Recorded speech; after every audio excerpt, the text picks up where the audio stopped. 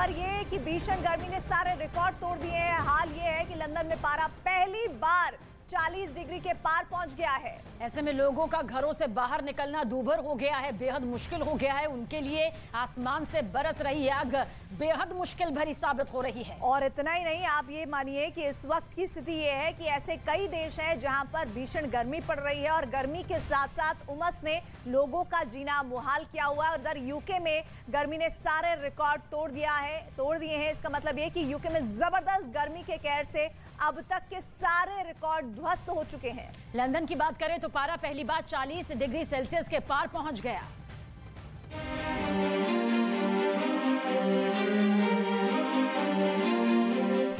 और आसमान से बरस रही इस आग का असर भी वहां साफ दिखाई दिया।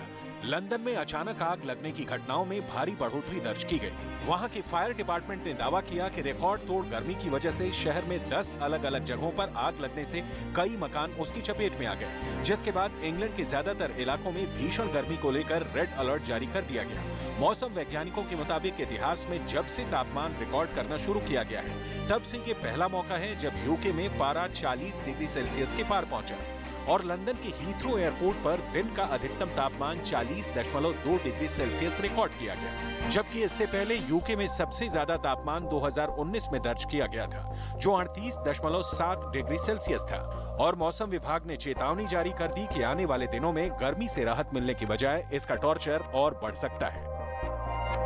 और यूके की सरकार के मुताबिक उनकी रेलवे लाइन का इंफ्रास्ट्रक्चर ऐसा नहीं है जो इतने ज्यादा तापमान की मार झेल पाए, और इसीलिए एहतियात के तौर पर ज्यादातर इलाकों में ट्रेनों को रद्द करना पड़ा है।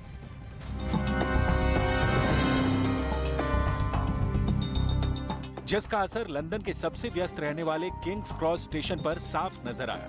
वहां रेलवे स्टेशन पर लगी स्क्रीन पर लोगों को सभी ट्रेनें रद्द होने की जानकारी दे दी गई, जिसकी वजह से लोगों को भारी परेशानी का सामना करना पड़ा। Our train's been cancelled and we have no alternative but to stay in London for another day.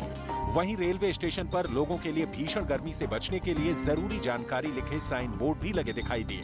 हालांकि दूसरे देशों से आए कुछ पर्यटकों ने ट्रेन रद्द किए जाने के फैसले पर हैरानी जताई। All the trains are cancelled due to heat, which I don't get it.